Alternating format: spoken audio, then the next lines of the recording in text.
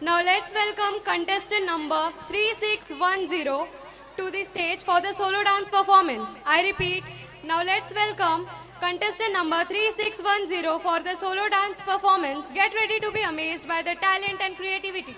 So let's give her a round of applause.